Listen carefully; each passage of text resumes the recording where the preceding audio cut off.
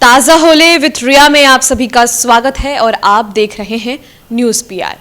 आज हम आपको निशा चाहर की कहानी सुनाएंगे, जिन्होंने इस बार के यूपीएससी परीक्षा में 110 रैंक हासिल किया है, लेकिन राजस्थान से ताल्लुक रखती हैं। मैंने लेकिन इसलिए इस्तेमाल किया क्योंकि इनके साथ जो चीज़ें हुई है वो इसी बात का प्रमाण देती है कि मुझे लेकिन तो लगाना ही पड़ा। जी हाँ, राजस्थान एक ऐसा जगह है जहां पर अभी भी बेटियों को कम आंका जाता है और बहुत सारे राजस्थान के ऐसे गांव हैं जहां पर बेटी पैदा होना अभी भी एक तरह से कहें तो अच्छा नहीं माना जाता। और ऐसा ही कुछ निशा के साथ भी हुआ और उनकी दादी इस बात को खुद एडमिट करती है।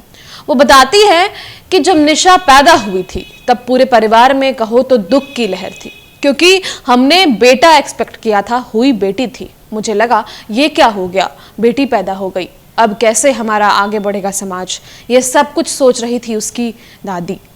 जिसके बाद उन्हें लगा कि बातें जो हैं आगे बढ़ेगी और पता नहीं उसका पालन पोषण कैसे होगा। जो तमाम राजस्थान की चीज़ें हैं, राजस्थान में ऐसी चीज़ें बहुत ज़्यादा हुआ करती है जहां बेटियों को कम आंका जाता है या कहें कि बेटियों की वैल्यू उतनी नहीं होती है ज़्यादातर मामले में। वैसे तो अब जो दुनिया है बहुत आगे बढ़ रही है, हम सोच भी हमारी आगे बढ़ रही है और अब बेटियों को भी सम्मान मिलने लगा है।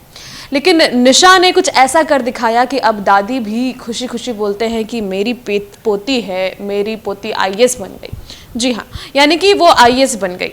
दरअसल शुरू में ये स्कूल भी जाया नहीं करती थी। एक वक्त था जब इनके पिता के साथ साथ चुपके से, क्योंकि इनके पिता जो थे वो टीचर थे, तो चुपके से स्कूल चली गई। रास्ते में गर्म मिट्टी में इनके पैर चले गए, जिसकी वजह से पैर जल गए थे। अब राजस्थान की मिट्टी की बात ही अलग होती है, वहाँ गर्मी भी बहुत होती है और वहाँ का इलाका भी रेगिस्तान टाइप्स होता है। तो वैसे में उनका पैर जल गया। तब गाँव वालों ने उनके पिता के पास उन्हें पहुँचाया। तब उनको पता चला कि इसे पढ़ने का इतना शौक है कि ये स्कूल में मेरे पीछे पीछे आ गई। इसके बाद उनकी पढ़ाई शुरू हुई। उन्होंने खूब मेहनत की, बचपन से ही मेधावी रही थी। उन्हें इंजीनियरिंग करके आईएएस बनना था, लेकिन इनके पिता को मन था कि वो डॉक्टर बने। और वैसे में जो था खींचतान होते रहती थी, उनके पिता चाहते थे डॉक्टर बने, ये चाहती थी इंजीनियर बने। तो स्टार्टिंग में फिर बात तो पिता को अपनी बेटी की माननी पड़ी। इंजीनियरिंग कंप्लीट किया इन्होंने और फिर यूपीएससी की तैयारी में लग गई।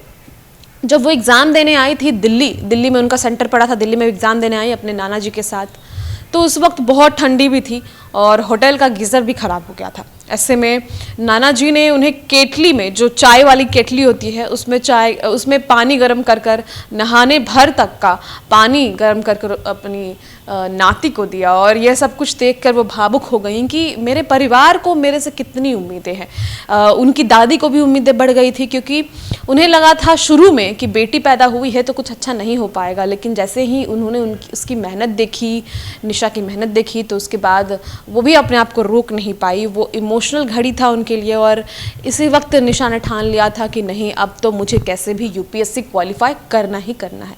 इस प्रकार से उन्होंने एग्ज़ाम दिया, मेहनत की थी बहुत से शुरू से, और जो चीज़ के लिए उन्हें शुरू में कहा गया कि बेटी पैदा ले ली ही है, अब क्या होगा, वो चीज़ उन्होंने बिल्कुल बदल के रख दी। दादी की सोच बदल के रख दी, गांव वाले की सोच बदल के रख दी और इस प्रकार से आईएएस बनकर एक बेहतरीन इंस्पिरेशन सबों के लिए वो बन गई।